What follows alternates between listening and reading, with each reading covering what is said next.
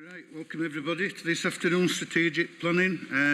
If I can just remind you to put phones on silent or switch them off, and we'll get started. Membership is as printed. Item 2, minutes of previous meeting. Can I pass those as a true record? Cool. Item 3, any declarations or interests? Start with Councillor Sopel. None, Mr. Chair. Councillor Davis? None from me as well, Chair. Councillor Patterson? None from me. Councillor Thompson? None, Chair. Councillor Pinnock? Thank you, Chair. Yes, the item on North Byley is item 12. I have over the years had lots of representations about that. I just need to declare that I have, and I've not what Right. it's been noted. Councillor Armour? None, sir. And I've just got basically the same as Councillor Pinnock. East Byley. It's been going on for a number of years. Item 4, admission of the public. We are webcast, so best behaviour, everybody. Item 5, any questions? Public questions? No questions, Chair. Item 6, deputations and petitions. No deputations or petitions. Right. Site visits. I've had a bit of a run round this morning. Site visit taken at Ravensthorpe Road, Leeshall Road, Dewsbury. Then we came back over here, Honley and Home Firth. Right, first application, page 9, and this is Ravensthorpe Road, and it's Victor.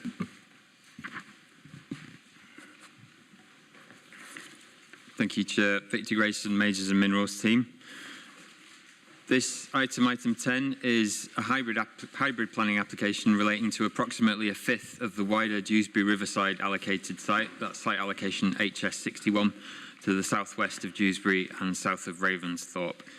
Most of the application site is council-owned land. Other land within the site allocation HS61 is owned by the Savile Estate, the Diocese of Leeds and various other parties. But the application site that's under consideration today is mostly owned by the council, and it's located towards the centre and the north of the site allocation, and the applicant is the council. Most of the application site is currently in agricultural use, and there is commentary regarding the loss of agricultural use in the committee report. However, the site includes 555 Leeshall Road, which is currently in use as a mosque and a playgroup. That building is not owned by the council, although its car park is. The application site also includes the existing allotments east of Ravensthorpe School and the site of the new replacement allotments on the west side of the school, approved by this committee in June 2021. The site also includes highway land at and around the junction of Forge Lane and Leeshall Road. And members can see in the slide here that the site wraps around but does not include Ravensthorpe School. Members can also see here, and did see on site today, that several residential properties on Ravensthorpe Road and on other streets back onto the application site. And just at the bottom of this image, there's a view from, as it says, the southeast corner of the grounds of Ravensthorpe School, and also an image of 555 Leeshall Road taken from the mini roundabout there at the junction of Forge Lane and Leeshall Road. The application site slopes downhill, generally from south to north. The site is within flood zone 1, so has a generally low risk of flooding. Ladywood, at the west end of the site, is part of the borough's wildlife habitat network. Here we see the full extent of the wider Dewsbury Riverside site allocation. Obviously outlined in red is the current planning application site. Public rights-of-way and claimed public rights-of-way run through and along the edges of the application site. The smallest image in the top right of this slide shows the roundabout proposed by Network Rail, where Calder Road would meet Ravensthorpe Road along new alignments, and from which arms would serve the replacement and relocated Ravensthorpe Railway Station and development within the allocated site. These Network Rail interventions form part of the Transpennine Route Upgrade Scheme. In March 2019, Cabinet endorsed a master plan for the Dewsbury Riverside site. Shown here is the accompanying indicative layout. Just as background members, site allocation HS 61 is expected to deliver 1,869 homes during the local plan period, with potential for a further 2,131 homes beyond the plan period, so that's a total of 4,000 homes. And then regarding what's proposed under the current application, as mentioned, this is a hybrid application. So the application comprises two elements. Firstly, a full element relating to the roads and junctions and associated drainage and engineering works, and secondly, an outline element with all matters reserved relating to the majority of the site, where a residential area where 350 dwellings are shown indicatively is proposed, as is a mixed-use area including community uses, together with areas of open space, new roads and drainage. For the outline element, the applicant has submitted parameter plans, including this plan, which identifies where the residential and the mixed-use areas would be located and where access points would be provided. Of note, the horizontal black hatching on this slide indicates the application's full element, and members can see here that it relates to roads and junctions. Other parameter plans submitted by the applicant show locations of green infrastructure. Members will note here that no development is proposed at the west end of the application site at Ladywood, and proposed scale is also illustrated here. Members will see here that heights of between 1 and 3 stories are proposed. As is usual with outline applications, or in this case a hybrid application, an illustrative layout has been submitted. If this application is approved, this drawing would not be listed on the Council's decision letter. Rather, it has been submitted to illustrate what a development that conformed to the parameters of the parameter plan as shown earlier could look like. So a specific layout for the majority of the application site would not be fixed under this application. Members will note here and in the parameter plan shown earlier that a spine road connection is indicatively shown in a location that would connect to Network Rail's new roundabout. Members can also see here that development is kept away from the lowest parts of the site, as these would be the best locations for drainage attenuation, and that the existing pylons and overhead cables seen on site this morning have been accommodated in this layout. Members will also note that towards the northeast corner of the application site, a new site entrance is proposed at the existing junction of Forge Lane and Lees Hall Road. To accommodate this enlarged junction and the spine road running southwards from it, the applicant proposes the demolition of the mosque and playgroup at 555 Lees Hall Road. Replacement community facilities are indicatively shown in purple close to this enlarged junction. Regarding the allotments through which the spine road would extend, the replacement of these, in accordance with the permission granted by this committee last year, is underway on the other side of Ravensall School. In fact, works have almost been completed. This application, the current application, does not change what was approved under that previous application. The applicant initially proposed a new roundabout for the enlarged Forge Lane Lees Hall Road junction. However, this could not be made to work with acceptable pedestrian and cyclist crossing arrangements in the available space. The proposed junction was therefore redesigned as a signalled cyclops junction, as shown in the middle image here. To allow the development further to the south to get underway while the replacement community facilities and junction are being built, the applicant proposes the interim road layout shown on the right, which would involve traffic accessing the southern section of Spine Road and the first phase of residential development, approximately 150 units, via the road that currently serves Ravensall School. So members, those are the key drawings that have been submitted with the application. Many more detailed drawings would be submitted at reserved matter stage if this application was approved.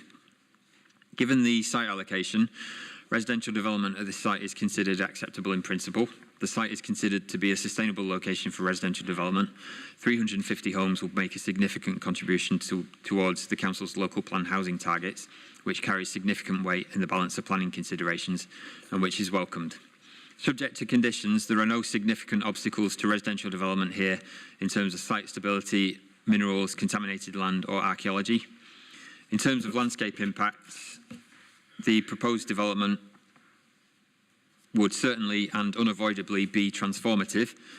However, the retention of ladywood and landscaping measures to be secured at reserve matter stage would help mitigate those impacts. Regarding land use issues and the proposed demolition and replacement of the mosque and playgroup, or returning to those issues, that matter has attracted significant local objection.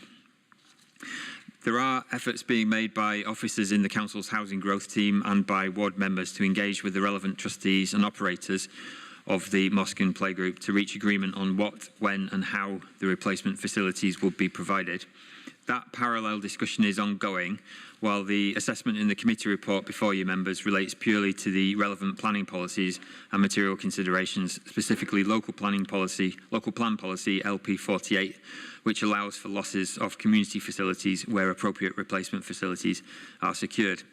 And it is advised that appropriate replacement facilities can, in this case, be secured. Land has been allocated for this purpose, close to 555 Leeshall Road, and conditions are recommended which would prevent works on the development commencing until details of the replacement mosque and playgroup have been approved under reserve matters application, and would also require the replacement facilities to be completed and ready for use before demolition commences at 555 Leeshall Road and before more than 150 dwellings are occupied. Regarding highway matters, various measures are proposed or are recommended to be secured, including improvement works at the Calder Road, Huddersfield Road Junction, and works and a further contribution towards works at the Forge Lane, Station Road, Thornhill Road, double mini roundabout. It's also recommended that a sustainable transport fund and a public transport contribution be secured, along with the submission and implementation of a travel plan. Subject to a further submission regarding river units, a policy compliant and acceptable on-site biodiversity net gain would be achieved. In terms of drainage, surveys carried out during the life of the application have confirmed that the existing infrastructure locally between the application site and the River Calder can be used to drain the development. More detail will be provided at reserve matters and condition stages. Other details, including of the development's affordable housing and NDSS compliance, will be provided at reserve matter stage, although a 20% affordable housing provision would be secured at this hybrid application stage. One final point to note, members, is that this application is important in terms of its enabling role. Members will be aware that the Dewsbury Riverside site is a large allocation in fragmented ownership, where significant supporting infrastructure is needed, where a master planned approach to development is vital, and where, to date, only piecemeal development has been proposed at parts of the allocation. This application, submitted by the Council, shoulders much of the difficult and costly work needed to unlock the rest of the Dewsbury Riverside site and provides for connections to adjacent parcels of land within the allocated site. The application is intended to act as a catalyst for further development within one of Kirklees' strategic sites and key regeneration and housing delivery locations, and this weighs positively in the balance of planning considerations. Approval of this hybrid application, subject to conditions, including a condition securing a Section 106 agreement, is recommended. Thank you, Chair. Right, first speaker is Councillor Jackie Rams, if you've got 5 minutes. Thank you very much, Chair. I'm one of the local councillors for Dewsbury South, where the majority of this is going to take place. And I just want to confirm my support for the development of housing. We know nationally and locally that there's a shortage of homes.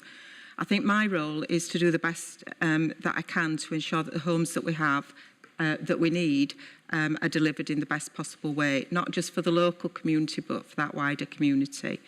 I understand that the outline business case is designed as a catalyst for the full site, and I think it's vital that we get this bit right, not just about what we do, but how we do it. And one of the things that we've not been great at yet is our ability to communicate and fully engage with the local community. So it's a huge shame, I think, because we know that we've now adopted the Inclusive Communities Framework. So that's an opportunity for us to kind of improve on this one. As we work to ensure that the big changes that the community are going to see are done in the very best way. Brings me to the key infrastructure changes. First of all, access onto the site. We know that the demolition of the building currently containing Abu Bakr Mosque and the playgroup is required for the Cyclops junction. The committee knows and has just been informed again that a lot of people have commented to express the concern at the loss of the facilities without what they felt were adequate plans to replace them. We need to be more proactive to ensure that trust is rebuilt with the community, and I know that this takes time and effort that the planners probably don't have that are actually planning the facility. So even with the outline planning application here, residents received their letters only 24 hours before they needed to comment, so they haven't had the time to comment as they would have liked, and it feels like an afterthought to comments to them. And it's a huge shame because there's a lot to be really positive about in the report, from 10.13 to 10.22 and the full recommendation in 24. So can I just check that the committee can assure us that we will indeed see replacement facilities for the mosque and the playgroup in the vicinity as stated in 10.17 and 10.18, which will enable the mosque and the playgroup to decant prior to the demolition of their current facilities, so transition is as seamless as possible. I want to move on to congestion and parking. We had a place-based standard delivered as listening to Thornhill Lees last year, and the lowest scoring theme was around parking and congestion. Our problems are we have got too many cars in the area already. We have got lots of parking issues. If you look at Lees Hall Road, there is the chicane sometimes with parked vehicles. We have difficulty navigating the pavements. We have the same problems as other areas with people speeding up and down our roads. We've got lorries and trucks already using the roads that we've got. And we've got, all the issues that other people have got. We need to be assured that these issues have been properly considered and the additional load can really be accommodated. It's fantastic to see all the stuff about increased walking, cycling, use of the bus and the train within the document. But these need investment to ensure that we deliver a real change in practice. Nobody wants to cycle on a busy road with potholes in it, and you can't catch a bus unless there is one to work every day, unless there is one that's reliable. At key times like schools times and prayer times, there is real disruption in the patch. Last year, when we got gasworks on Brewery Lane, water repairs on Thornhill Road and a bridge repair on Forge Lane, the whole area came to a gridlock. Can the committee please ensure that construction, along with the network rail improvements for the station and the line and other road developments, are planned properly to ensure that there is a minimal impact? This brings me on to Ravensall School. The school is for children with special educational needs. We need not only to carefully consider the prevention of accidents and to avoid ill health due to increased air pollution, we have to recognise that some children there will be disturbed by the noise and the dust, and we need to try and mitigate that too. I'm pleased that there's no development planned for Lady Wood, and I hope that that means the ancient woodland is completely safe. I'm not so assured that Yorkshire Water do really have the capacity to accommodate, based on recent water companies' performance, will they be able to discharge the additional water and sewage into the public sewer without it causing additional release of sewage into rivers further down the line. I'm interested to understand further the capacity in local GP schools, local GP practices and schools. We know some of them are already oversubscribed. Thank you, Chair. I look forward to hearing what the committee have got to say. Next is Mr. Hussain. 3 minutes. Dear Chair and committee members, thank you for this opportunity. We are representing the views of Lees Hall Community Centre service users and the local residents. It's been brought to our attention that our community facility will not be relocated as part of the new Riverside development. This is an enormous setback for us, as we had been assured for years that our community facility will be relocated in the new development. We acknowledge paragraph 3.5 of the planning statement, which provides reassurance of a replacement community facility, but this is inaccurate. We understand that the applicant has been explicit in what they are seeking, in that they are seeking a financial settlement only. An offer to settle at 250k plus costs was made via Cushman and Wakefield, which the Lees Hall Community Centre trustees have rejected. The trustees have been through official channels and over the years expressed that it is in the best interest of the trust and community to operate from an accessible local site that can fulfil all the uses and services currently available at the community facility. To be offered 250k whilst hinting at powers of a CPO is simply offensive. We also understand that Mr. Thomas Fish expressed the prospect of the council making a direct purchase of the building back in February 2020 by email, which was declined.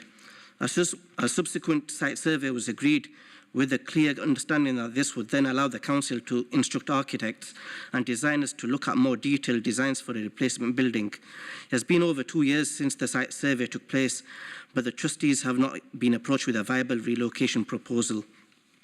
Our understanding is that the trustees feel that there is a lack of transparency and a loss of trust. Any future negotiations would be under duress of the CPO, and we are concerned that this may lead to a settlement that is not going to benefit the community. We sense that we are deliberately being excluded from the vision for the riverside development and would like to know why. No consideration has been given to the impact of our community of the loss of essential services. We would like to know if an equality impact assessment has been carried out, and if so, we would like a copy. We are aware that an in-depth study and survey related to the ethnic and elderly residents was carried out in the local area and resulted in conclusions, recommendations suggesting that retaining the existing community services and the mosque are key factors in promoting the success of such a large-scale development. The trustees, the local community and the play group have been treated very unfairly over the years of uncertainty and delays. This has tremendous anxiety for all involved. This simply cannot carry on. We would like to make clear that the community is unanimous. The relocation of the community asset should not be subject to a reserved matters application. To guarantee compliance with policy LP48 and to mitigate any further negative consequences, this application should be deferred until a replacement community facility has been approved or compensation has been accounted for within any Section 106 agreement. Please can this application be deferred until the community gets a written assurance that their views are being taken into consideration as part of the planning process. I'd like to thank you and hope you can take our views into consideration whilst deciding this application. Thank you.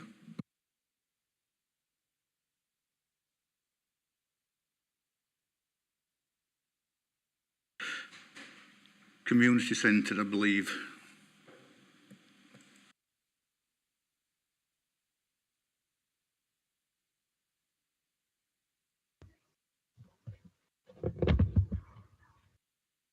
Is that Lee's Hall Playgroup?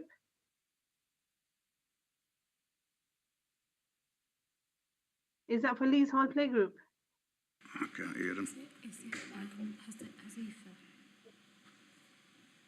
Is that Is it for Lee's Hall Hazifa? Playgroup? Is that Hazifa? No. Hi, is that for myself? Ah, that is. Hi. So, respected commissioner for allowing me to speak and for the opportunity today.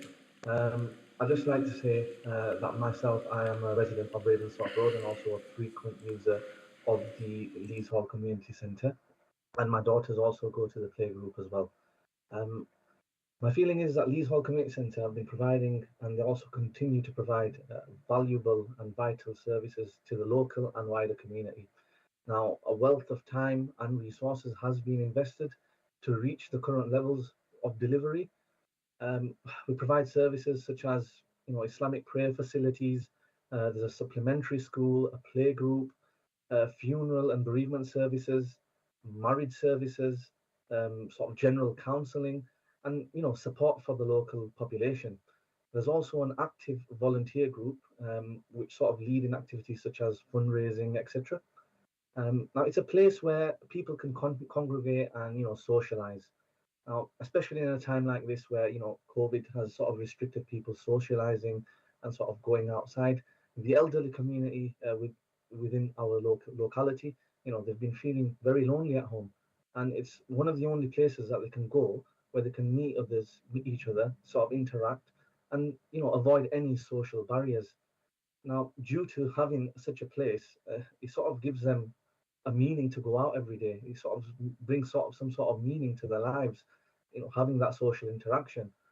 It's a place where they're comfortable, where people understand them, they sort of speak the same language as them, and they're able to converse with them and just, have a good social outing. Now, I feel that these services are vital for the health and well-being of the community. Now, if they were lost, it would have a detrimental impact. It cause, social barriers, create loneliness, and also affect the health and well-being of our local population. Now, in the years that I've been here, I've seen the services grow significantly. There's been an increase in uptake and interest in registration.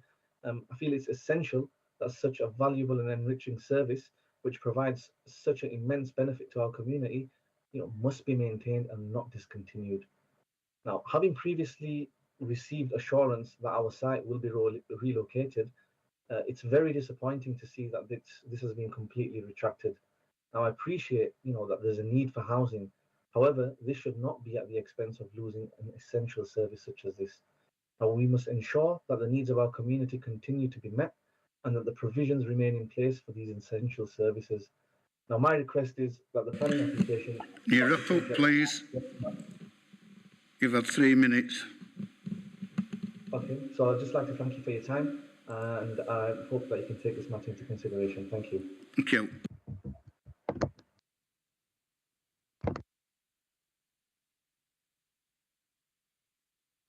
Names again, Lees Hall Playgroup. Hi. Hi. This is. Can you see me? Yeah. My name is Salma Shamsi. I am the deputy manager at the Lees Hall Playgroup. Lees Hall Playgroup is an invaluable part of the local community. We're a charity which serves the local people with passion and dedication. We set the nursery up about just over 4 years ago, and we've catered for the learning, development, care and education of hundreds of children. We've recently had our Ofsted, and I'm very proud to say that we've received a good judgment. There are approximately 50 families who depend on us to transition their children into school. Nursery life at every peak intake season. So every summer term, around 50 children leave our setting. We have already helped numerous parents access relevant services for children with special education needs. We have a lot of special education needs children that come to us who have been rejected at other settings because they don't have the resources or the means to take care of the individual needs. And we have supported them to achieve their targets by involving different agencies. We have supported a large number of college students to find work placement in a safe and caring environment. We have already helped out at least 8 aspirational students to gain the relevant qualifications. And we have 4 individuals who are presently actually gaining their level 3 childcare qualification for apprentices. Lees Hall Playgroup is currently responsible for the livelihoods of approximately 12 individual employees, and this we've always had almost staff as well. Despite all these facts, what we're very upset about is that no one's ever consulted the Lees Hall Playgroup, the nursery itself, directly as a setting in its own right, and neither have we been informed of the major developments which will not only impact negatively upon our setting, but it will be a loss for the whole community. The loss of our facility will not only displace the children who are currently attending, but will also leave other potential applicants with no other choice of a provision, because the next setting is at least 1 kilometre away. And most of our children come from socially deprived areas, so they don't have cars. And obviously that puts them in a very problematic situation. Children have been refused places in other nurseries, and they can't actually access other settings because they don't have a car for it. Our staff are multilingual, so we're able to communicate in many languages and support our children. So we're in a very important setting, and we feel quite upset by the fact that we haven't been consulted, and nor is anybody taking our views on board, which is a real shame because we've worked very hard to bring it to where it is. Also, our parents would like to speak. Can they speak right now?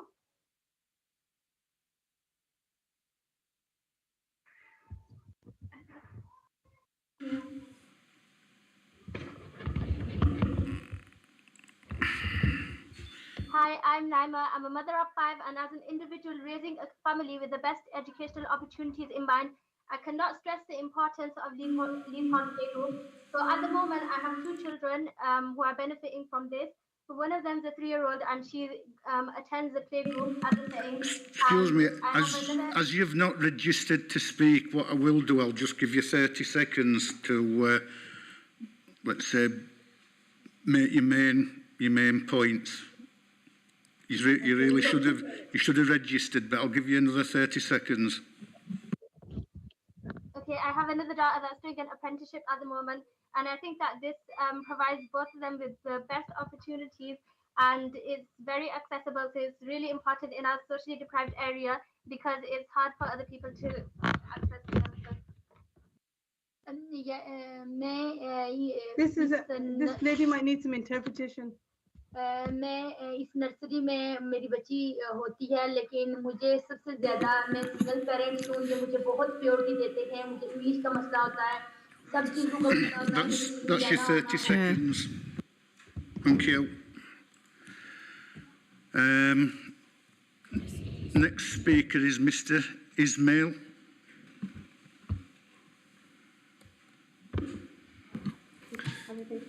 Okay. Cheers, thank you for the opportunity and inviting us over here. I've only got 3 questions to put through. These are from the community. The first one, obviously the development will ultimately increase the need of services in our community, as you all know. We can evidence this based on other developments such as Miller Homes locally and Pisa Homes as well. So what we would like to say is, what is the council's stand on this? Miller Homes were quite sympathetic on this, so we want to know what the council's position on this is. Obviously, the need of the increase, the demand of the community services will increase. We want to see what your stand is on that. My second question is condition number 24. So obviously it's mentioned in there that there will be a replacement community services moving forward, but it's quite open-ended. I think we'd like to get more, a bit more a bit more clarity on that. Thank you. Does that include the existing community services, existing mosque, the play group? Who's going to run that facility as well? So that's my second question. And my third question, thank you, is why is that the community centre has been offered 250k while there are residential properties on that street, namely Ravensthorpe Road, which are valued way over that as well? Cheers. Thank you for your time. Thank you. Appreciate that. Victor.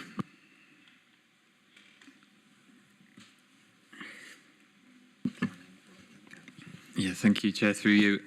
There are 2 roles that the council's fulfilling in connection with this application. One is the applicant, and the other is the council as local planning authority, and obviously officers assembled here are working in the council's role as local planning authority, and in executing those duties we've set out a very policy-based assessment of the acceptability of the proposals in relation to local plan policy LP 48.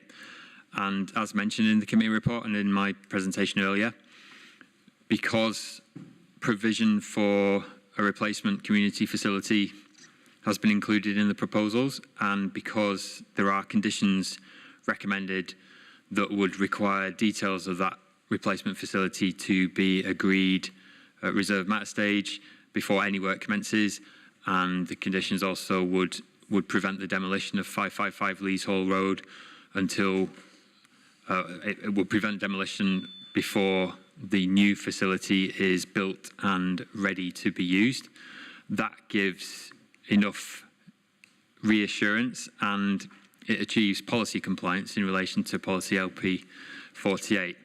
Separate but parallel to that are the other conversations that officers from other teams, housing growth, etc., are having, and that's where the issues regarding the value of the existing building, the £250,000 figure that was quoted, transitional arrangements, compensation arrangements, that's all been dealt with under those other conversations, which are, as I say, parallel, but they are actually separate to the planning assessment of the of that aspect of the proposals. So the recommendation is that this development can be approved because, in our view, it does comply with the relevant planning policies, but of course there are other conversations going on and will continue to go on between other council departments and the local community and people affected by the development. Thank you, Chair.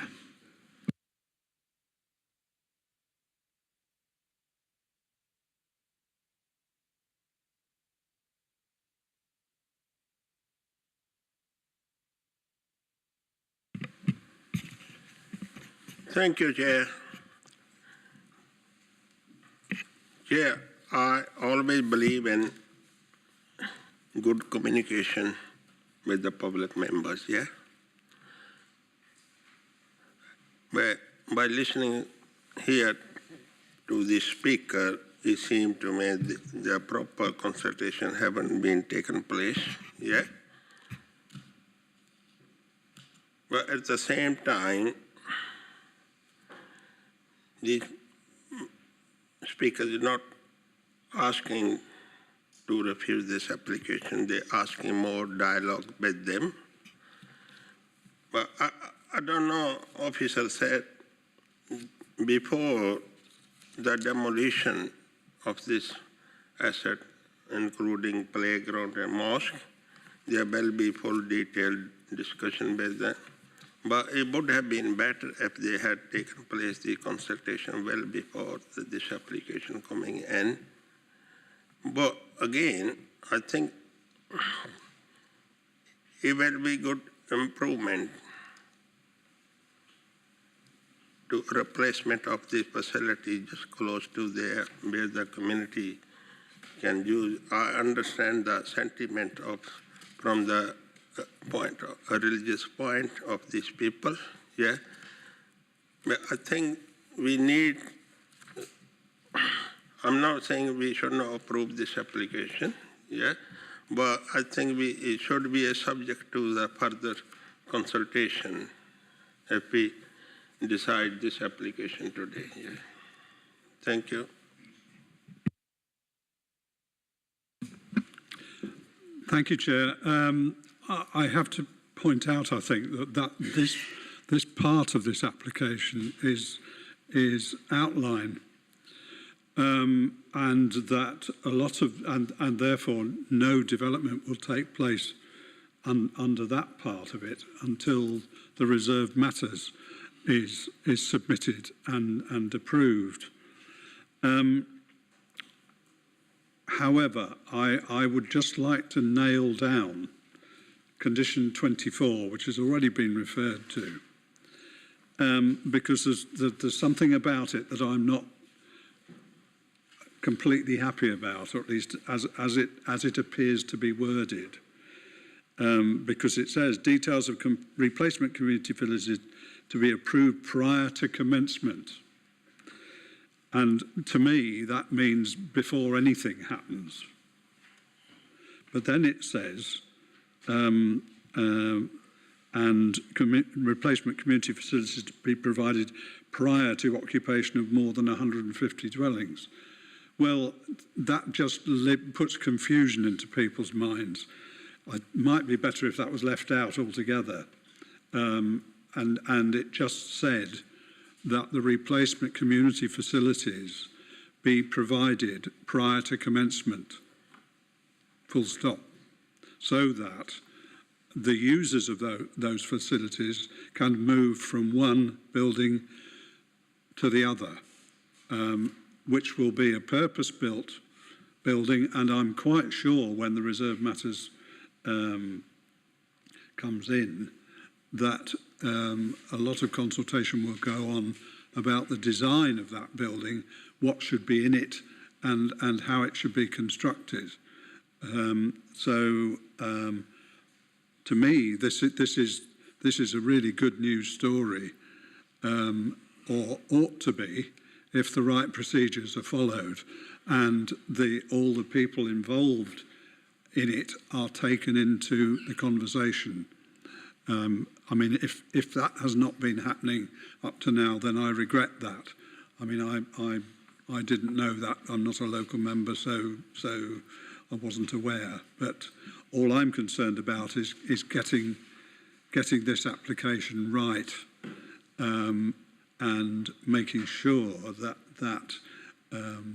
the new homes that the council so desperately needs are constructed to the best advantage of the local community.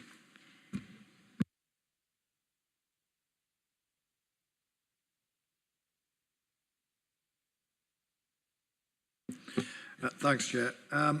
Very similar to Councillor Pinnock, really. I think it's always difficult in these circumstances, isn't it? And particularly, we talk about outline planning permission, we talk about sort of detailed plans, etc., and residents just see a planning application, and therefore it's quite understandable that sometimes they will be extremely concerned that means that it's in the lap of the gods, if you like, in terms of what they're going to get, because we'll sign something off and they'll have no say, and there'll be no consultation. I think, as Councillor Pinnock has said, we know that there will be that detailed consultation, and there are reassurances in here around replacements, etc.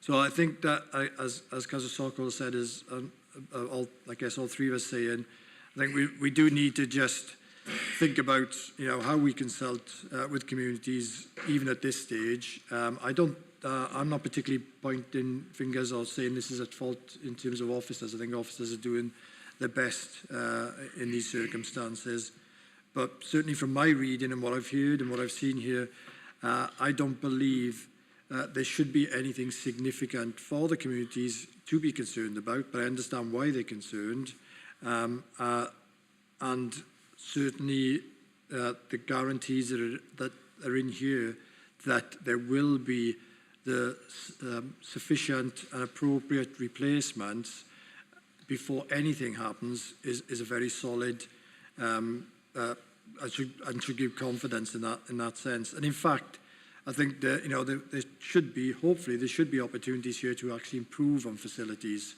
And I think that's the shame. If we lose trust and we lose that sort of relationship, then all that goes out the window. So I think certainly, from my perspective, if we can give the message that at this stage, this certainly does not mean that the community is being cut out of anything. In fact, it opens the door for them to be involved in going forward and involved in detailed consultation, which I'm sure will be confirmed by our officers as well. Thank you, Chair. Yeah, I mean, I think we're all saying the same thing here. I mean, I think it has to be recognised, as I think Victor actually tried to point out, that the council is dividing itself in two here. We have got planning over here, and really the applicant should be sitting over there. And to a certain extent, it's a shame that the applicant isn't here to perhaps address some of these issues that the community are feeling. Unless that, of course, might have added to the confusion, but we are, or the council is splitting itself in two, I think. It is an outline application, albeit hybrid, which has been said, and it is the key to unlocking everything else, and that does include things, I mean, other promises of services, etc., that may well be forthcoming when more houses are built, etc. I'm not promising that, but just saying. It is a shame, I think, as Jackie has pointed out, that the inclusive, I think it's still not too late, but the inclusive communities framework should be used by the housing growth team, the other side of the council that's not here, and take full cognizance of that framework to consult with the community. I can perhaps see, that consultation does lag behind to a certain extent, but I do think we do have that. In the conditions there, we have got agreement to make sure that lack of or the loss of the community facilities is there or replaced before too much. I mean, I say too much happens on the site because it does ask for this 150 dwellings, which is, I mean, again, that's understandable why they're saying 150 dwellings, but are occupied, not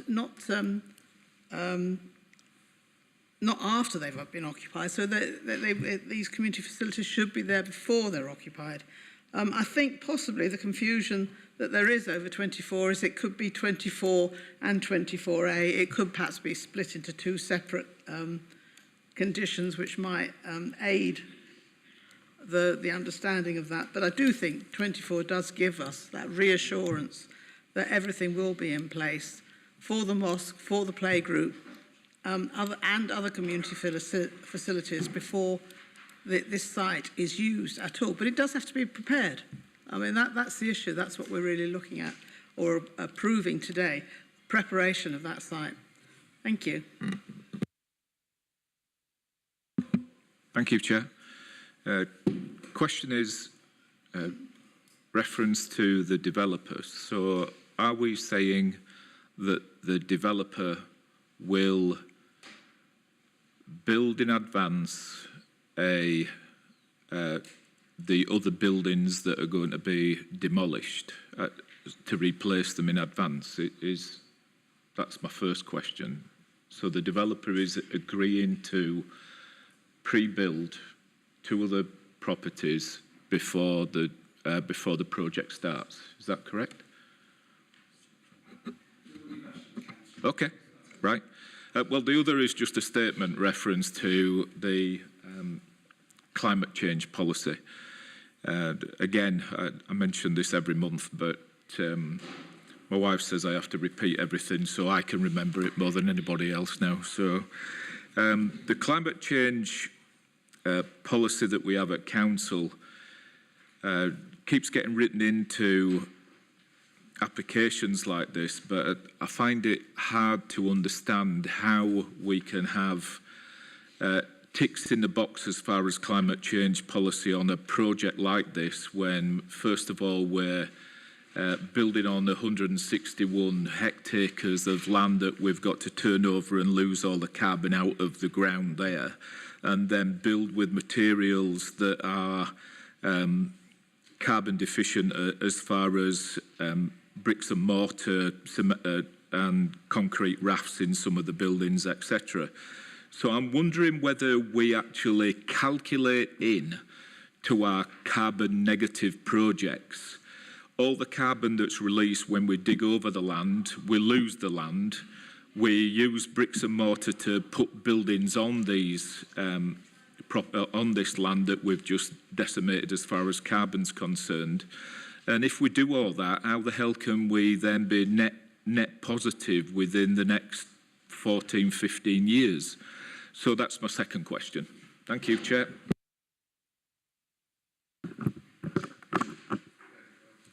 Thanks, Chair. Thank you, members, for questions. And to our speakers, it's been really informative and insightful. I want to, as a senior leader at the Council, I definitely want to reassure our community that engagement is a key part of the planning process, has taken place, but the wider engagement that the Council, as a Council officer, is going to undertake to ensure that the schemes that are brought forward, the replacement mosque, the replacement nursery, the associated facilities, all of that is a necessary discussion that will take place between now and when you agree a revised set of schemes between you and the Council. Once that's done, that will actually be what the discharge of condition details will contain. So condition 24, which says no demolition, effectively, until there is a scheme agreed, all that is the dialogue we've just referred to there. So there will be that extensive dialogue with the Council. And we will be precise and do want to be unequivocal. There will be no demolition until a scheme is agreed. So that's a new set of buildings and where those buildings are. As Councillor Patterson alluded to, we do need to think where they're going. Are they going to go on the new site? Maybe. Are they going to be in the vicinity? Maybe. That's a discussion for the community and the Council's delivery team to have with you to arrive at what's the best solution. but nothing gets demolished until we've got that agreed set of plans. That set of plans then informs the condition, and that's when the council will know exactly what it's doing to provide a replacement scheme. So there is certainty, there is comfort, and there's definitely the engagement, and that's critical. And hopefully, Councillor Ramsey, you can be part of those discussions and help facilitate those with our officers and community, so that we're working as closely together in a collaborative way as we can, because that's the outcome we want for our communities. Then I just want to come on to the point around the numbers. As Councillor Patterson did identify, you do need time to deliver the building. You do need to know where it's going to go. And there is a certain amount of development that can take place before the mosque and nursery building need to come down to facilitate the access road and the crossroad design solution that you saw on the set of plans. So that's why the 150 number is the backstop. So if 150 houses are built, there can't be any more until there is the replacement scheme delivered. So you've got a scheme approved before any demolition, and then as soon as that's in place, they can get on with starting to build that. But there is an enforceable position that no more than 150 houses can happen before you then need to do the next set of highway works, which would remove the buildings in question. So being fair and reasonable and trying to minimise the disruption, that's the planning balance, and that's the role of the planning authority that you've got here today. So I hope that's enough comfort on the Condition 24, the delivery of it, and the certainty that the council as a whole organisation is fully committed to ensuring that we get the best possible replacement schemes that work for the community and we can all be proud of. On the carbon, if we can come on to that, it's pretty technical stuff, that, Councillor. I probably haven't got the full detailed answer, but the reality is we need the housing because we've got a housing crisis. This is the most sustainable site because that's what the local plan identified in its sifting of other sites. This is the right one for houses in this area. There's no guarantee that they will be built of brick and cement and have timber frames. Who knows? That's for the builders to come up with. And the building regulations are evolving in the next couple of years to really reinforce sustainability features. But we've got to provide housing. We've got to provide it in a location that's where people want to be and with the facilities they need. All of that is part of reducing our carbon impact. But as much as that's 160 odd hectares of land, as you identified, that's getting developed, in the scheme of things, the new development is a drop in the ocean of what we as individuals need to do, which is to reduce our carbon footprint in the way we live our lives in buildings like this, at our home, how we commute, how we travel. So the new stuff should be as neutral in carbon terms as possible, but actually the impact on how we're going to mitigate climate change is in the way we live our lives and commute and work and how we recycle and how we travel, and not so much in the planning system. So I'm with you. Let's do our best to get there, but I don't think it's as easy to say we can't achieve our carbon reductions because we've got to build houses on greenfield sites. Hope that's helpful. If I can do any more, please let me know. But I hope it is an important scheme and it's an important decision for this committee. So thank you very much, Chair.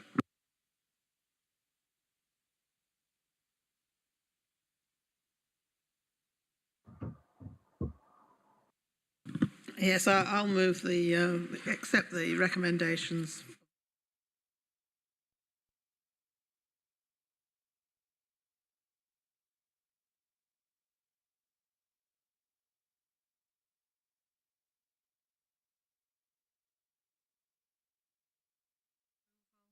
Councillor Armour.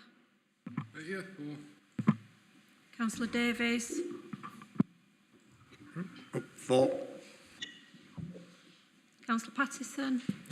For. Councillor Pinnock. For. Councillor Sokol.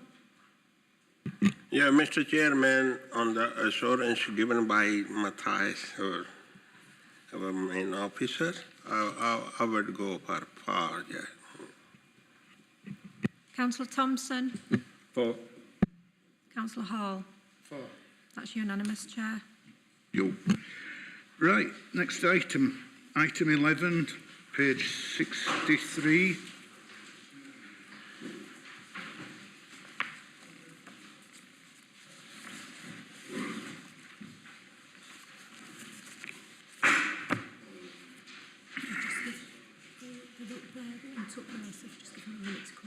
Yeah.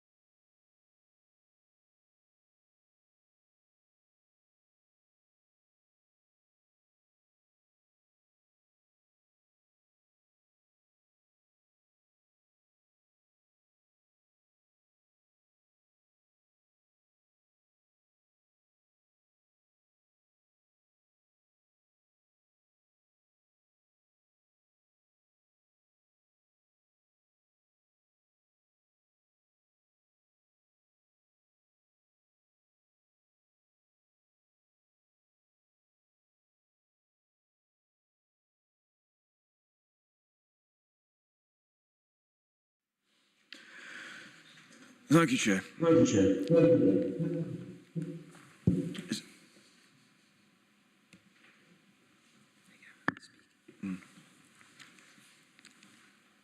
name is William Simcock and I'm the case officer for this application.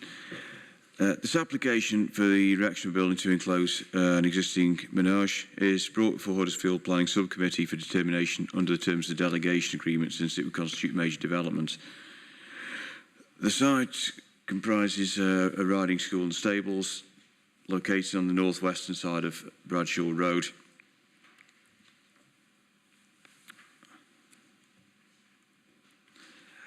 and which is accessed by a private track. The car parking area is located close to the entrance, and beyond this, the stables, a large building providing storage and a customer reception and waiting area, and the menage. The wider surroundings are mostly open and undeveloped. The proposal is for the erection of a 30 metre by 60 metre building to enclose the existing menage.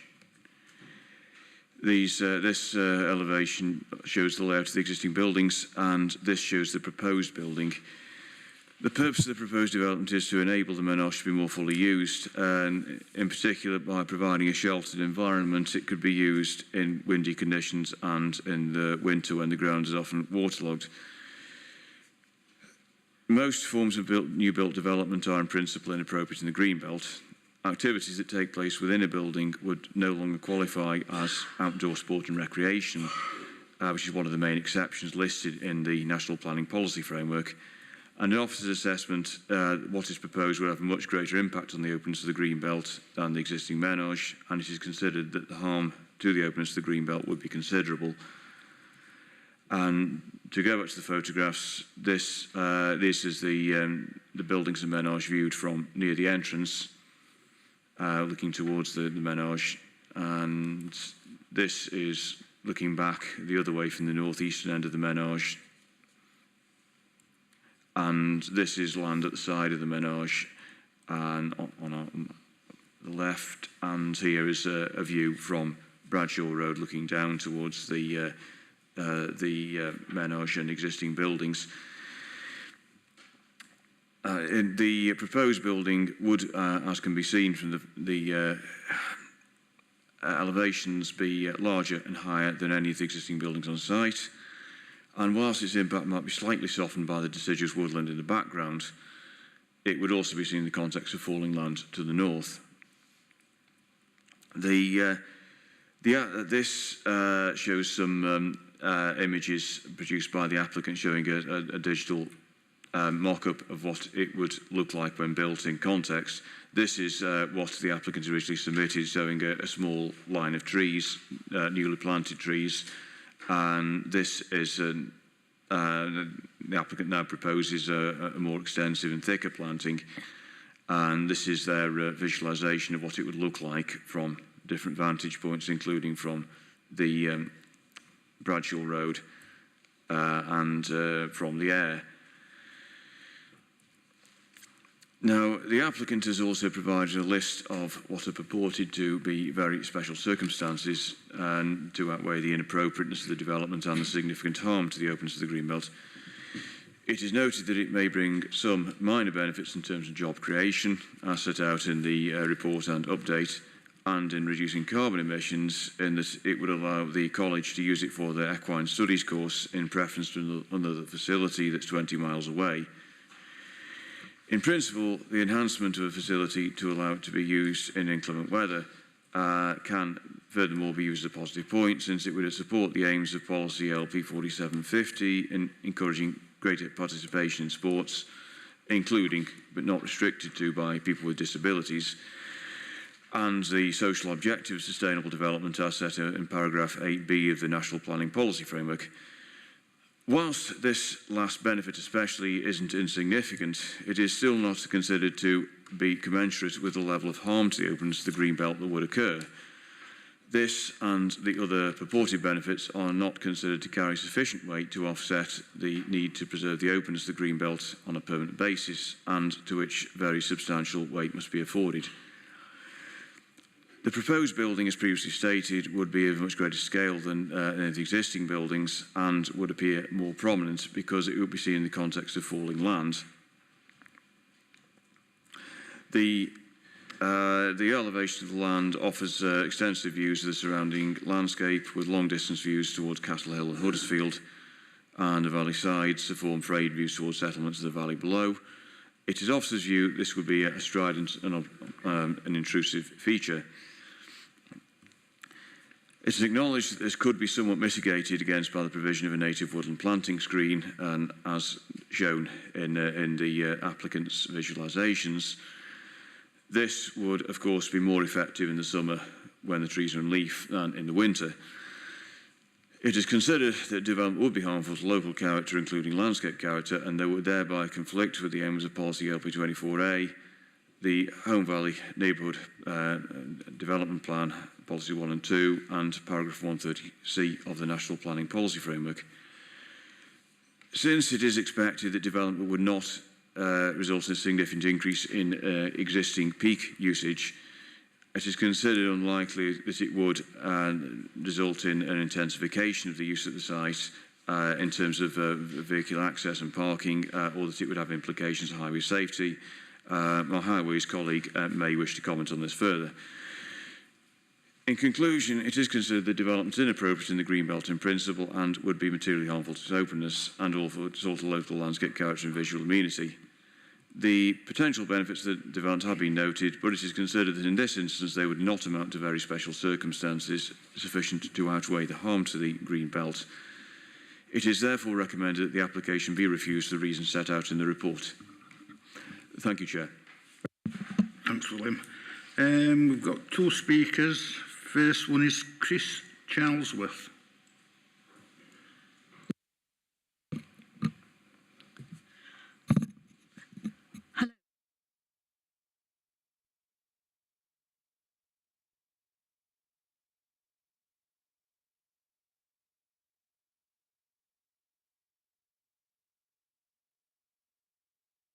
Some 53 years ago, and our particular group was one of the earlier groups formed 48 years ago. We are a registered charity. The aim of RDA is to provide horse riding and or carriage driving opportunities for children and adults across the UK to enrich the lives of disabled people through horses. Our Huddersfield group offers riding and preliminary dressage, and we use the facilities of Bradshaw Road Riding Stables and Riding School. There's only a limited number of riding school establishments around the Huddersfield area, and we first began our riding activities at Bradshaw Road in the spring of 2019, as they are happy to accommodate our riders, helpers, and RDA coaches. An indoor riding arena would be a valuable benefit to our group, as poor weather has an impact on all involved. The number of people attending at an RDA session can be quite substantial, with each rider usually accompanied by at least one family member or carer, plus up to 3 volunteer RDA helpers per rider, plus RDA coaches, plus RDA organisers. But most of all, having an indoor school to use will greatly benefit our vulnerable riders. Adverse weather conditions can mean they're unable to ride, which is disappointing for them. The unpredictable UK climate is not restricted to winter. Rainy and or windy conditions can mean that sessions have to be cancelled at short notice. RDA is an activity in which some disabled people can participate, a sport they can join in and enjoy, with added social and therapeutic benefits. An indoor arena would be more accessible, give more flexibility, eliminate the disappointment of weather-induced cancelled riding sessions, and with the option of extending our riding activities. Thank you.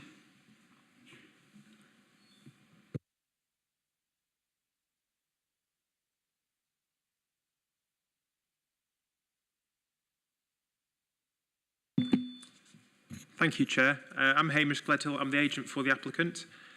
Bradshaw Road Stables is a well-established and valuable facility used by a wide range of the community, including schools, Saturday and holiday clubs, children's parties, as well as riding lessons and competitions.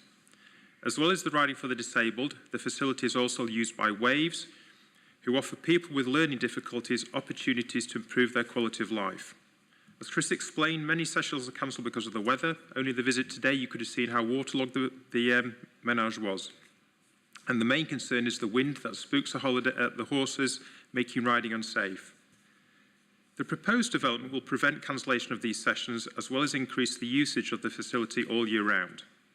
Greenbelt policy does not prevent all development, planning permission can be granted where very special circumstances outweigh the impact on the openness of the greenbelt. An example of this can be found less than a mile to the west of this application site, where last year the council approved a planning application for the building for an archery club. The club had been firing arrows in a field for many years, and the council believed that providing a building for indoor archery comprised very special circumstances, as it would support sport and healthy and active lifestyles in accordance with local plan policies. We appreciate the archery building is significantly smaller than the proposed enclosure, but the benefits are much less. The archery building is for a private members club, whereas Bradshaw Road Stables is used by a whole cross-section of the community that I mentioned earlier. As mentioned as well, Kirklees College offer an equine studies as part of their curriculum, but due to the lack of a large covered menage in the area, the students have to travel 22 miles every day to a facility in Glossop. The proposed development would provide a more sustainable location for Kirklees College students to study. The very special circumstances, including promoting sport and healthy and active lifestyles, are far greater for the proposed development than the archery club building, as its benefits a larger cross-section of the community. Not only does this mean the proposed use supports the healthy living policies to a greater extent than the archery club, the special circumstances are far greater as they benefit a far greater cross-section of the community. We agree impact on the openness of the greenbelt is a significant consideration, but the proposed development will be secured by dense woodland to the north and planting to the south, and the buildings will be of agricultural appearance and therefore fitting within the character of the area. There is a clear need for a covered facility such as this. Unfortunately, suitable locations are always in the greenbelt. I would ask members to consider where such a facility could go if not in the greenbelt, as there is simply not space or affordable land for keeping and training horses in the urban area. Thank you, Chair.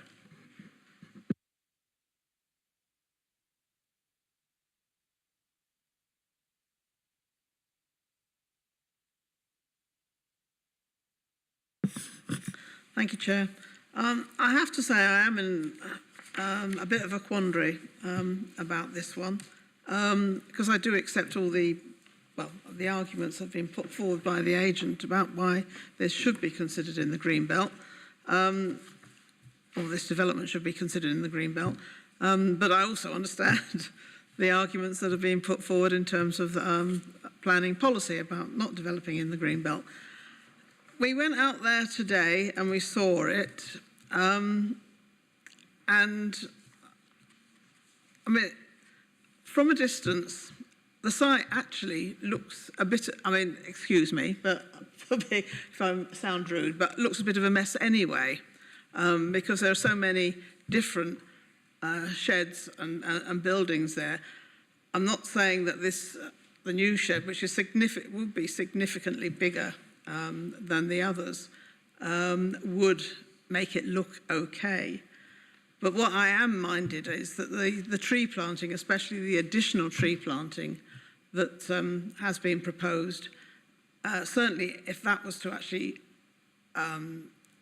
obscure the view as well of the other buildings that are on the site and the car park, it would certainly go to some way to really mitigating the appearance or of the whole of that site within Greenbelt. It is a difficult, I mean, you can actually see, I mean, from a distance, you see a black blob, which is the menage. With a roof on it, it will be a green blob or a brown blob. It's not going to look significantly bigger or different, other than, especially if that additional tree planting is there. So I say I'm a bit of a quandary about this one at the moment, but I'd like to hear what others think. Yes, thank you, Chair. I do, first of all, I appreciate the valuable contribution to disabled people and the families' carers. I do appreciate that. To my eye, it seems a very obtrusive development in the Greenbelt. It introduces an almost industrial looking element as opposed to a purely agricultural one. And that's largely due to the scale of it. It is really quite big. We hear that there's a history of the particular ground there becoming waterlogged. I would suggest with such a large roof, that's actually going to exacerbate the problem of waterlogging in the surrounding land because the water won't be able to drain in the centre, so to speak. So I think it could actually make waterlogging worse. And I'm afraid I'm not convinced that there are very special circumstances to justify this encroachment or development in the Greenbelt. At the moment, I'm not convinced.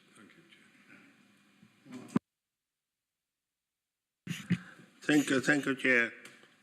Chair, my views are more or less same as Councillor Pattison have said. I understand this is a greenbelt area. Well, there is already something is happening there, and there are some buildings, and the situation of this area is like a derelict site. Providing a range of facility, community facility and training, and the use by the Kirklees College and other things. I think it will be useful this place to accept this proposal, yeah. And the community facility said in there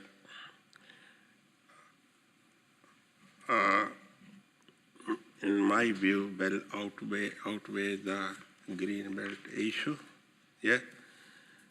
And again, public representation, we got 17 representation. They all are supporting there. I mean, there's none against of this proposal, yeah. So I'm between that. So I see what the other members say about that. Thank you. Thank you, Chair.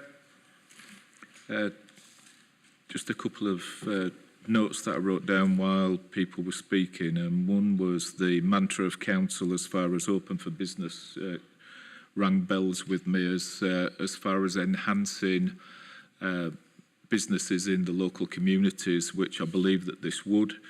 And the other one is the phrase that's been used in the documentation, which is inappropriate development, which I find quite amusing with some of the inappropriate developments that have taken place in Kirklees over the last few years on Greenbelt, and been mitigated by using different coloured tin sheds on Greenbelt land on top of hillsides that can be seen for miles around. So I would imagine that this can be mitigated by putting conditions in as far as colours, the planting, etc., like we have done in many other occasions around Kirklees. Thank you, Chair.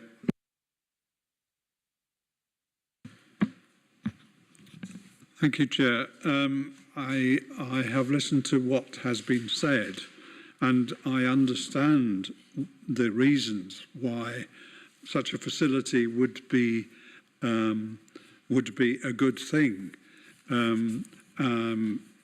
Clearly, the riding for the disabled use particularly is subject to the weather and subject therefore to disappointment when it can't take place. And we've got to be, as members of the committee, we've got to be a bit, I suppose you would say, hard-hearted in a sense, whether we decide that because it's considered inappropriate in the green belt, and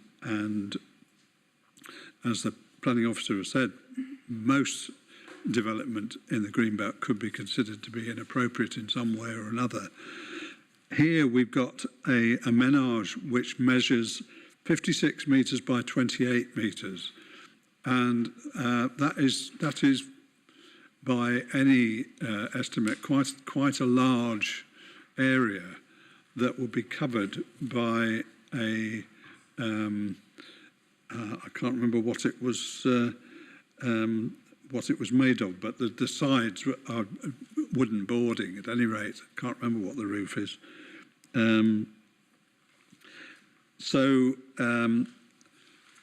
It would be obvious, and we viewed the site from a road above the site, and the existing buildings are obtrusive in the sense that you can see them.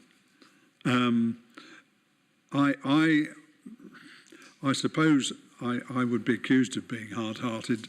I think that on balance, and it is on balance, that this would be too much in the greenbelt setting, and even if planting took place around it, particularly if it was deciduous trees, that wouldn't be available all year. I am going to move the officer's recommendation.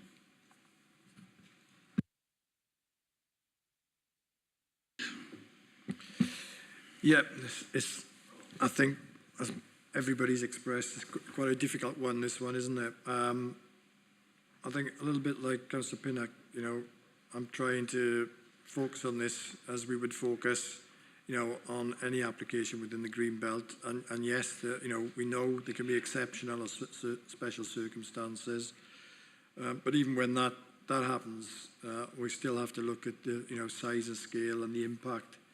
And for me, the key thing here is certainly the size and the impact this would have on the green belt. And I think, you know, that's certainly what the officers have highlighted, you know, that this would be imposing in that sense. So from my perspective, I certainly, again, very much on balance, as Councillor Pinnock said, would support the officer's recommendation. Is reluctant because I understand the impact that will have, but at the same time, if we said yes to this, then, you know, similar sized buildings, you know, how would we refuse those going in the future? And I'm sure people will come up with other circumstances in terms of their application. So for me, it's the size and the imposition on the green belt. Well, I was just going to speak to say I've come off the fence in thinking. I've been thinking about it whilst everybody else has been speaking. And I have to say, excuse me, that I am going to, I would like to propose that we do accept this application, basically, and that we don't go along with the officer's recommendation, basically because it is there already. It isn't an extension, albeit the building itself will be large. The menage itself that's already there is large. It's not an extension into the green belt around the. I know it's in the green belt, but it's not an extension into the green belt around the site. I do think the planting, if it's the additional planting plus. Conifers can be included in that planting, does help to soften the whole building. Plus, if it can be, well, it is partly extended beyond that building, according to these pictures anyway. If it's extended beyond the new building to the old, the existing buildings, that would be helpful. I do think that the additional services that the riding school will provide do mitigate the fact that it's being developed in the green belt, and it's not inappropriate in that sense. So thank you. So I'm moving the opposite.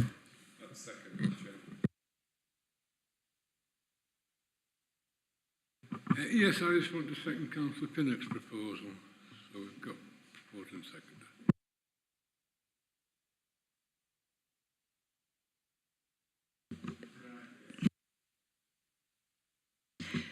Chair, can we, could we just clarify what we're going to vote on shortly? We've had a mover and a seconder for the officer's refusal, and whether it came first or not, it did actually come first, and we have a report to reflect that reason. For the opposite motion, can I just clarify that Councillor Patterson, is saying that she considers that the additional services that will be provided by covering with this building, which is an existing facility. You said the menage and the facility was already there, albeit not the building, but the additional services that would be provided by being covered would outweigh the impact on the green belt, and with the addition of planting, you would be happy to approve the application. We've had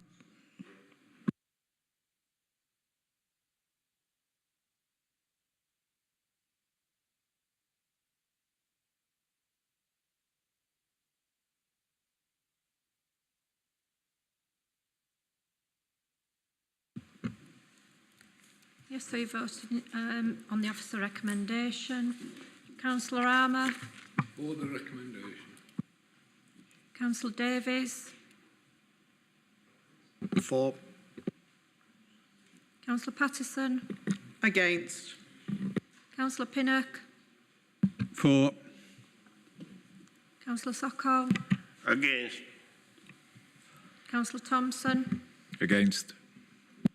Councillor Hall. For.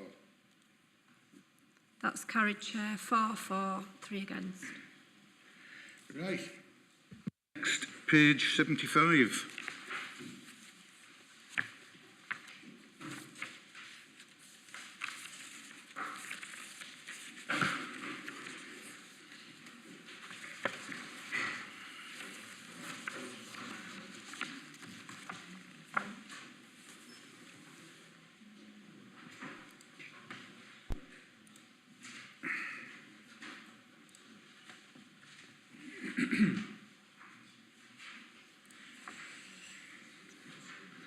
Ready when you want it.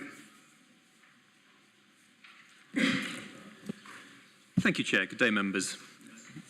My name... Apologies, just wait for a mute. Just leave. Thank you, Chair. Good day, members. My name is Nick Hurst, Case Officer for this application. The application seeks a variation to Condition 21 on application 2016-92298, which granted outline planning permission for commercial development at the former North Biley Wastewater Works. Please note the yellow circle on this plan, which shows the junction relevant to this application. In summary, the condition in question limits the amount of floor space which can be brought into use on the site until one of 2 potential highway improvement proposals are implemented. The reason for the condition is to ensure appropriate infrastructure is in place to accommodate the development's traffic on the network. The applicant is seeking to increase the conditions limit on the floor space occupation limit from the approved 17,642 square metres to 21,882 square metres. This is an increase of 4,240 square metres. This increase is to allow the entire occupation of Unit 1, highlighted in red above. The applicant has a tenant ready to occupy the building, however the tenant's occupation has been delayed by several months due to Condition 21's highway works not being completed. Of the Condition's 2 highway improvement options, Option A relates to improvement works at the Bradford Road approach to the M62 Junction 26 Chain Bar Roundabout. The applicant has progressed the design of Option A with the Council's Highway Group and National Highways, formerly Highways England. The applicant the works relate to the roundabout inbound road only, shown approximately in orange in the current plan. The Option A improvement works have a complete design approved by the Highways Authority and National Highways. With the design complete, the works are currently being costed by the approved contractor. Following the cost being agreed, a bond would be paid by the applicant and the Section 278 agreement complete, which allows works to take place on the highway. Once the 278 is agreed, This will allow the Highways Authority to schedule the works with National Highways. Subject to these steps being progressed within a reasonable time frame, the works are anticipated to be scheduled for early 2023. However, this cannot currently be guaranteed. This table shows the whole development's traffic generation with the AM and PM peaks. The top row shows the approved floor space limit, with the second showing the proposed floor space limit. At the bottom, in red, is the difference which can be attributed to the desired 4,240 square metres change. The highest movement attributed to the AM peak two-way movement is calculated at 20 additional vehicles through this change. Spread across an hour, this equates to on average 1 additional vehicle per 3 minutes accessing or leaving the site. Also, not all traffic will be using the junction in question, and the vehicles would be spread across the lanes. Based on this, the traffic generation attributed to proposed change in condition 21 would be low. The impact of the desired change would not be severe, which is the relevant test established by the National Planning Policy Framework. National Highways, who requested the condition, have not objected to the proposal, neither have Kirklees Highways, who are available to answer any questions you may have. The report before members outlines officers' full assessment of the proposal. In summary, the time frame for delivery of the works has caused issues for the occupation of the site. To support the proposal would enable the ready and vacant building to be occupied to the benefit of the local economy. This benefit is weighed against the limited harm to the highway that the desired change would cause. Officers therefore recommend that the application be approved, subject to all other the previously required conditions and obligations being resecured. Thank you, Chair. One speaker, which is James Hicks. Thank you, Chairman. Good afternoon, ladies and gentlemen. As you've heard, my name is James Hicks. I'm a Chartered Town Planner and I'm agent for this application.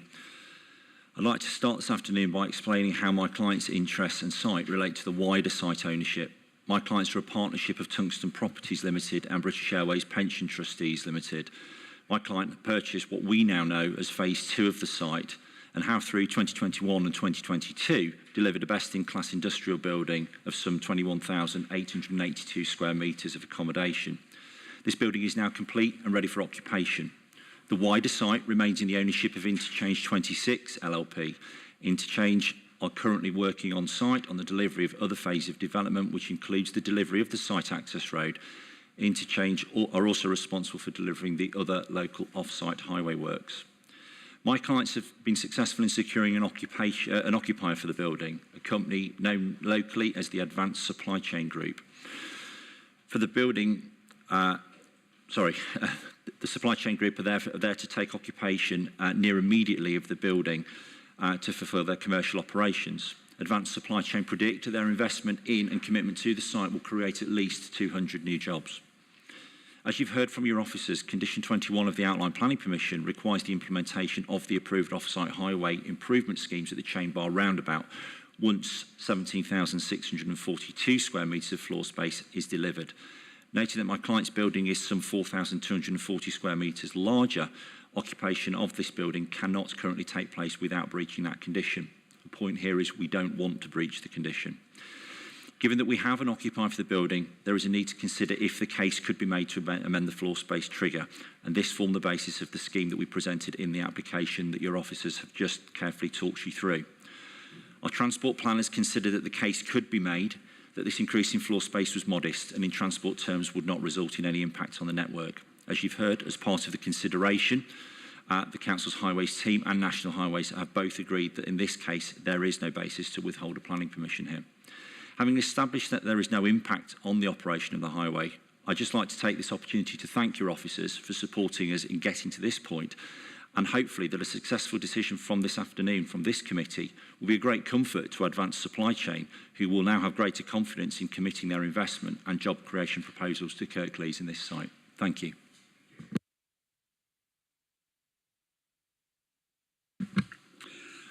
Thank you, Chair. Here we are again.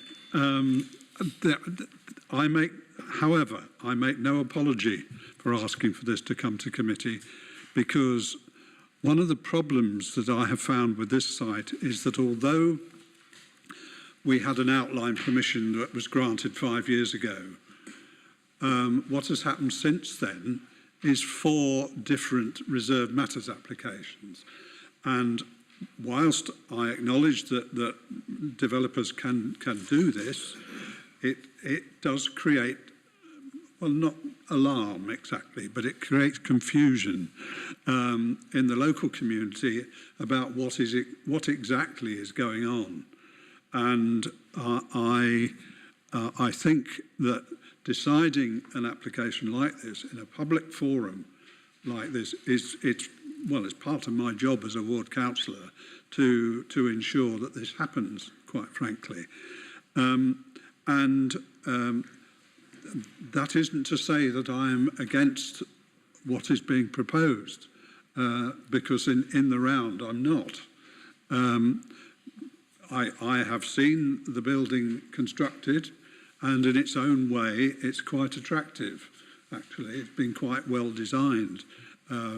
You've got to take it as what it is, but it's not totally unpleasant. But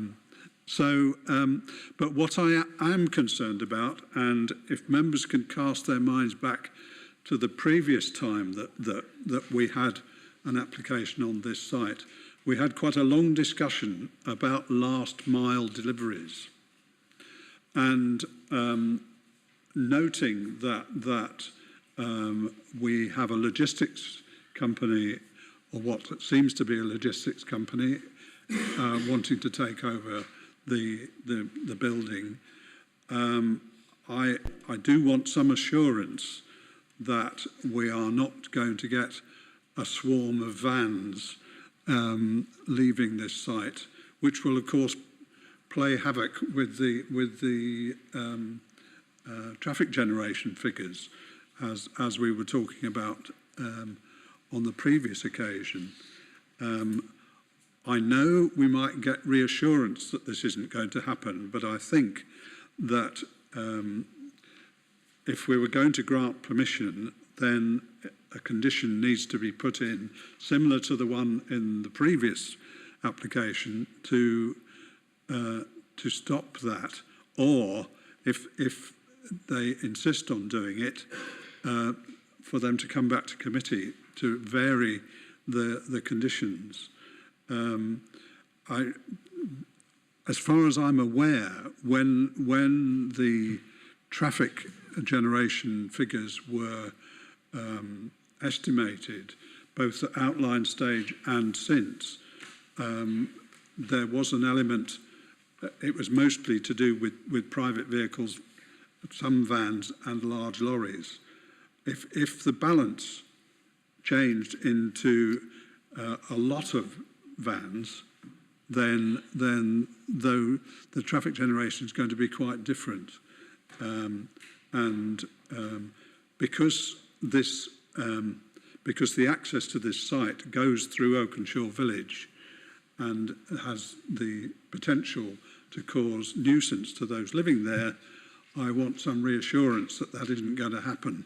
So, as I say, I don't apologise for it being here, but I want to make sure that we get the right solution, which creates development, but also doesn't cause nuisance.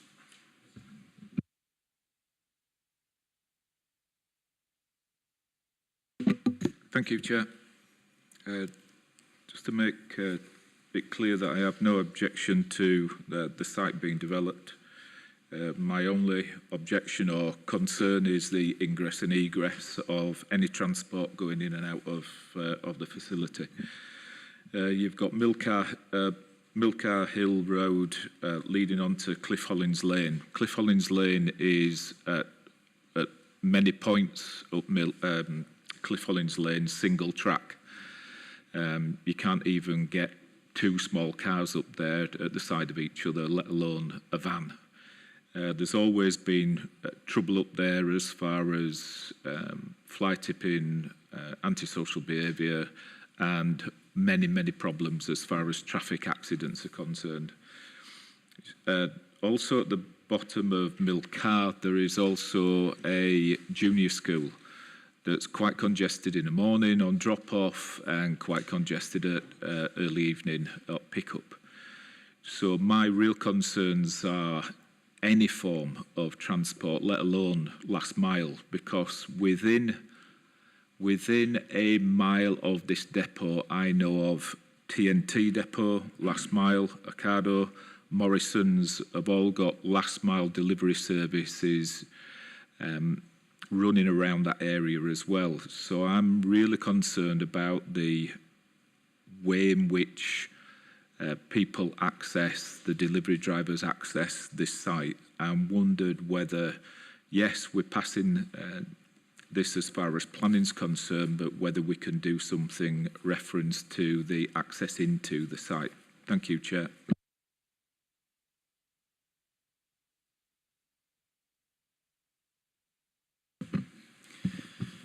Thank you, Chair. I'll just come back on Councillor Pinnock's comments first. Ultimately, as a Section 73 application, we are somewhat limited in what we can consider in this application. We are limited to considering the subject matter of the variation of this condition, which is ultimately what is the impact of this 4,000 square metres and a little bit extra change in the trigger point. The planning permission that was granted was for B1C, B2 and B8 use classes, which does include last mile distribution. That is a kind of a developing industry that has over the last decade become a bit, shorter than that, over the last 5 years become more of a concern. Therefore, when we considered the last Section 73 application at the last committee, it was materially different in that they were asking for new floor space, so we applied new standards to a degree, so we did consider the last mile as much as possible. In this case, this isn't new floor space. We're not particularly able to comment on the use class. We are simply looking at what traffic generation falls within that 4,000 square metres. So while I acknowledge Councillor Pinnock's comments, ultimately I don't think there's anything we can do within reason. We cannot add new conditions preventing that, because ultimately that use is already granted and it's not material to the change being sought.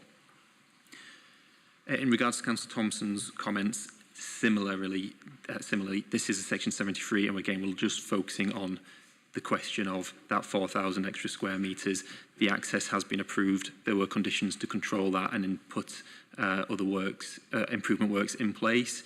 Alternative accesses were considered in the 2016 application, such as new junctions to the motorway and the 606, but they did not fall within National Highways or Highways England at the time policy. And then this access was deemed to be the only practical one. So thank you, Chair.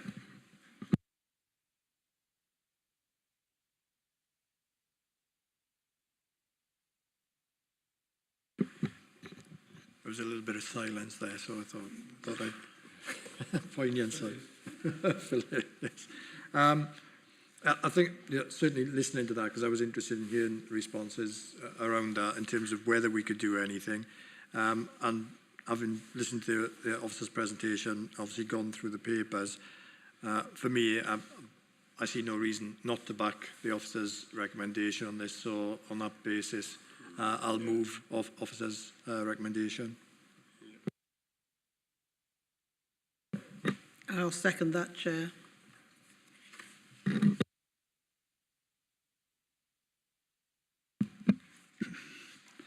Can I just ask one question? I thank Mr. Hurst for his explanation. If subsequently a change in the amount of traffic generated by this development is observed, what can we do about it?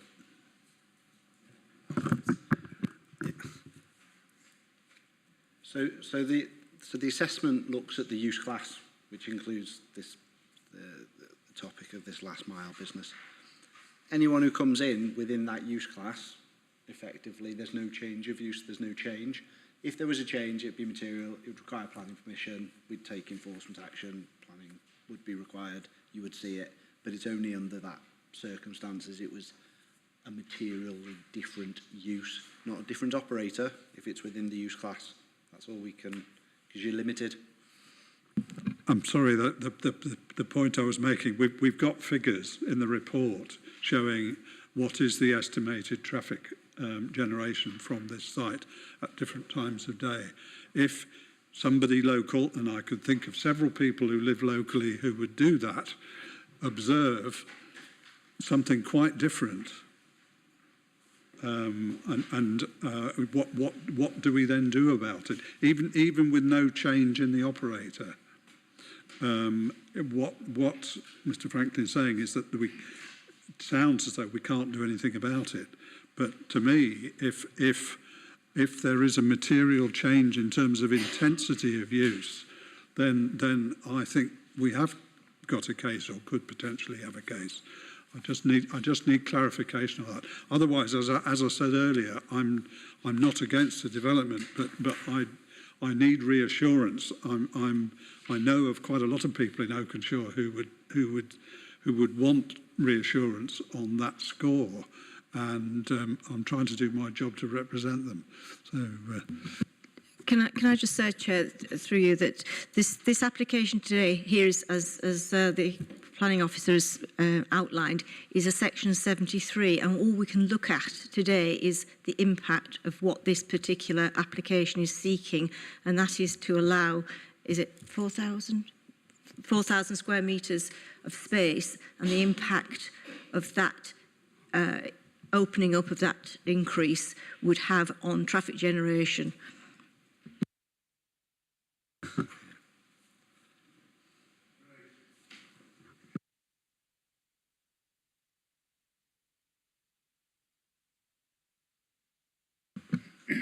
So you're voting for the officer recommendation as set out in the papers. Councillor Armour?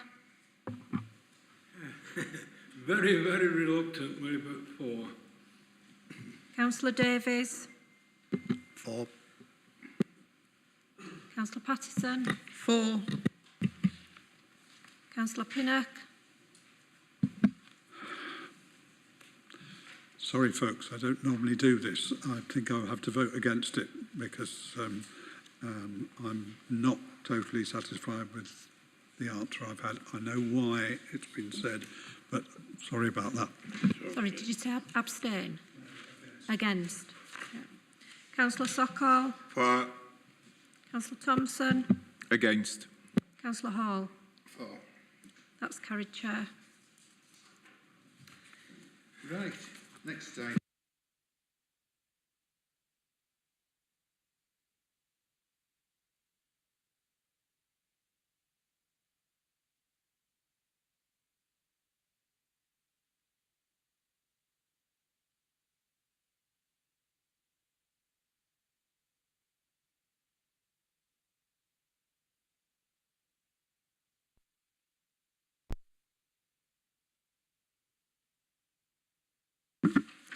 Thank you, Chair. Good afternoon, members. Colin Harrison, Development Management, presenting application 2020-92308 for the temporary siting of Dewsbury Market along Foundry Street, Marketplace, Long Causeway and Town Hall Way within Dewsbury Town Centre.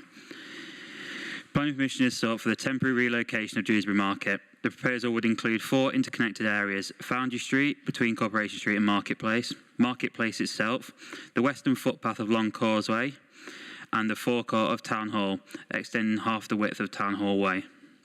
The site consists of both adopted and unadopted highways and the associated footways. The boundary of the site is lined with primary shopping frontages, which consist of 2-storey and 3-storey properties of a variety of designs. Dewsbury Town Hall also fronts the site. The application site is also located within the Dewsbury Town Centre Conservation Area and is surrounded by multiple Grade 2 listed properties of various designs, ages and styles. The application site is partially located within the primary shopping area and is due south of the existing Dewsbury Marketplace. The property is also located, the site is also located within Flood Zone 2. The permission for the relocation of the market is sought for a temporary period of 3 years. The temporary market would see 52 containers and 44 day stores erected. The purpose of the scheme is to allow the existing market traders to continue during the construction works to the existing market. The scheme would include the removal of existing street furniture, including bollards, planter beds and metal railings, which would all be reinstated upon the temporary period ending. Ancillary hostile vehicle mitigation measures would also be installed. The proposed market stores and containers will provide retail use within the primary shopping area and adjacent to the primary shopping frontage, and therefore accords with local plan policy LP14. The temporary relocation of the market to the proposed site will allow for the renovation and improvement of the permanent market, which is integral to achieving the aims of local plan policy LP18 also. Furthermore, the temporary relocation will help support the vitality and viability of the town centre as a whole through temporarily redistricting footfall to other parts of the town centre and increasing link shopping trips. The proposal is also consistent with the Dewsbury Blueprint by helping the need to drive greater footfall and allowing further redevelopment of the permanent building. On screen now are visuals showing the temporary market set out within the street scene. The image to the top left shows a site on the corner of Long Causeway and Marketplace. The image to the top right shows the layout on Marketplace itself. The bottom left image shows the setup outside of the town hall. And finally, the bottom right image shows the setup on Foundry Street. Turning to the containers themselves, there'll be modified shipping containers and will be 6 metres wide by 2.5 metres deep and 2.6 metres high. They'll be modified by having 1 or 2 cutting out to either single side or both sides and then secured via shutters. They would have a canopy over to create a stall. They'd be finished in colours such as claret red, blue light and blue orange with the canopies shutters in black. They would also contain artworks commissioned by local artists on the backs and side of the containers.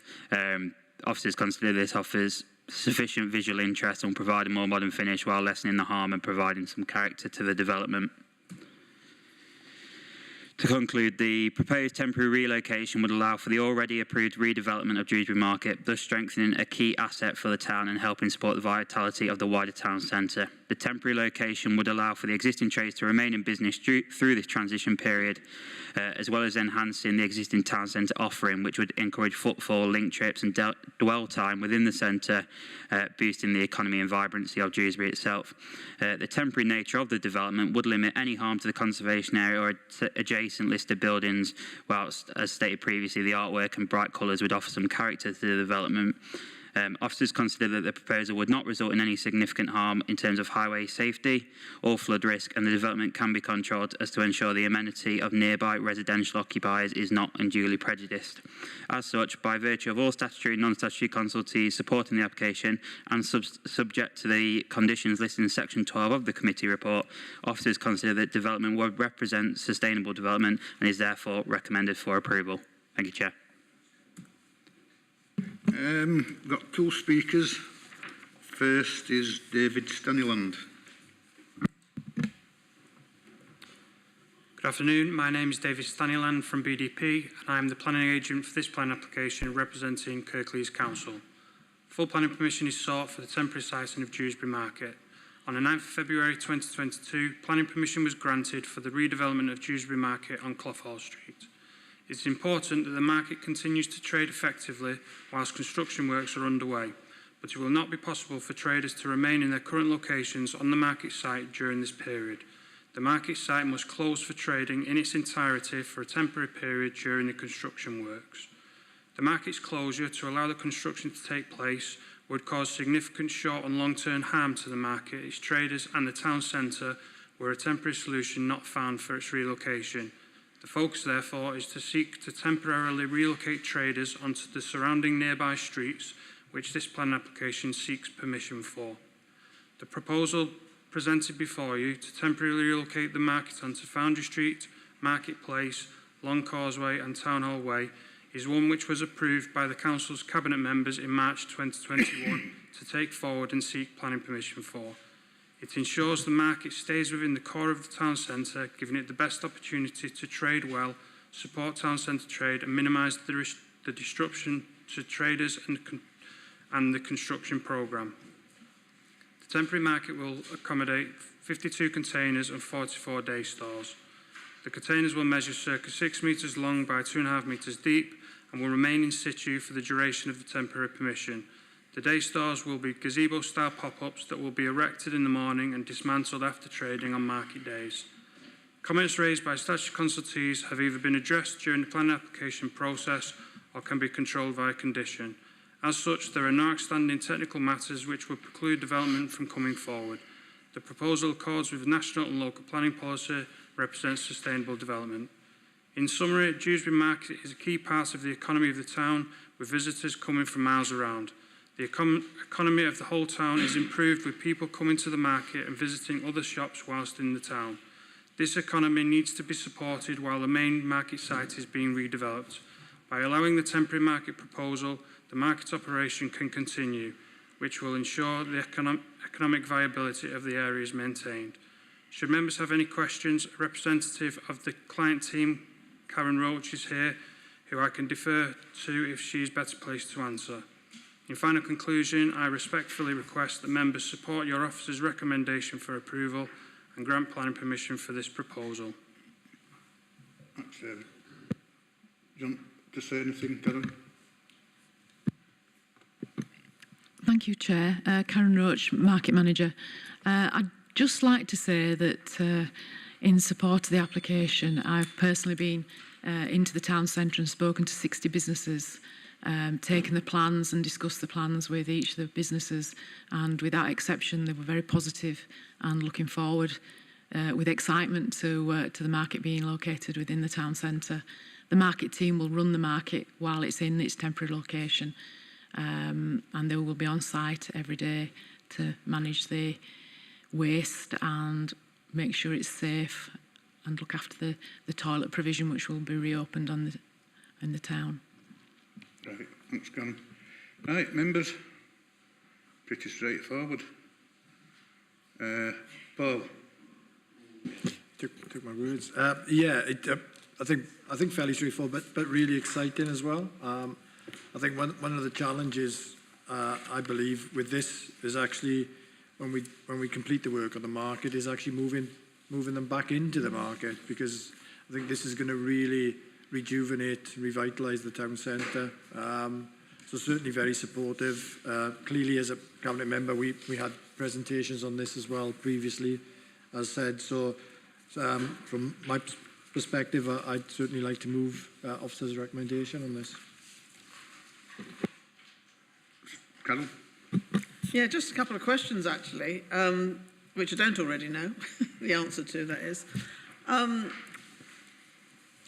I suppose I have actually got a concern about where they are actually being located, and one of them is in front of the town hall and the other is around the bandstand. And whilst I will accept if there's there is nowhere else for them to go, I do think sort of losing the open space within front of the town hall for a significant length of time does pose some problems in terms of events or weddings or anything else that might actually happen there. So my question actually is, I mean, if we have to put up with that for a short period of time, if it happens that store holders give up the businesses or don't make use of these different porter cabins, etc., can some of them be removed before the 18 months, 3 years? And if so, can they be moved away from the town hall? They could be moved if they weren't taken up as an option. That could happen. I would just say as well, I appreciate you talking about the containers there. The gazebo side day stalls, they'll only be there on market days, so the middle of the square would be open on days that the market isn't there. Andrew and then Mark. Can I just seek clarification? I'm greatly in favour of this, because one of the advantages Dewsbury's got is very wide pavements so that you can put things like this. And I'm not quite sure whether I heard about, I was going to ask about the toilets in the market, whether they are staying where they are, even though development is taking place, because that is a facility that's not available anywhere else in the town centre, as far as I'm aware. So I just wasn't quite sure what I heard earlier. I just need to be reassured. Yes, sir, there are existing toilets down by the church at the end of Long Causeway. They've been closed for about 8 years, but they'll all be refurbished and reopened and manned by the market, cleaned by the market team while the market's operational. Mark? Thanks, Chair. Just to start this off, it's probably one of the best projects I've seen coming out of council for a hell of a long time. And you know, if you travel round to any other markets that are in town centres, you go from Knaresborough and even into some of the spa towns in Czech Republic, what they do is they always now merge market stalls in the town centres to make it a success for both parties. So that leads me on to my question, which is, on the back of success of this project, are we going to leave it for a period of time to see what success we have before we start doing anything with Edmund White? Personal, no, with the redevelopment of Dewsbury Market? Do you want to answer that, Karen? Or? Sorry, could you just repeat the question? So on the back of the success of this project, will it dictate whether we actually start rebuilding Dewsbury Market? Because if it's an outstanding success, which I presume it's going to be, and the shopkeepers are always already supporting it because they think it's going to give them footfall into the shops, will there be a decision made on whether to make the temporary structures permanent and not develop Dewsbury Market? I think on that one, the development of Dewsbury Market will be happening simultaneously as we move the temporary market into the town centre, and there are plans already afoot for a park, a town park within the town centre. But I can say that there is growing demand from local centres for temporary pop-up markets to happen on a regular basis, and it would be nice to see that kind of market within the town centre happening, even when a lot of the traders have gone back to their original market. Right. Well, I'll second it because nobody's seconded it yet. So we'll go to a vote. So you're voting on the officer recommendation to approve. Councillor Armour? In favour. Councillor Davies? For. Councillor Patterson? For. Councillor Pinnock? For. Councillor Socko? For. Councillor Thompson? For. Councillor Hall? For. That's unanimous, Chair. Thank you. That's it.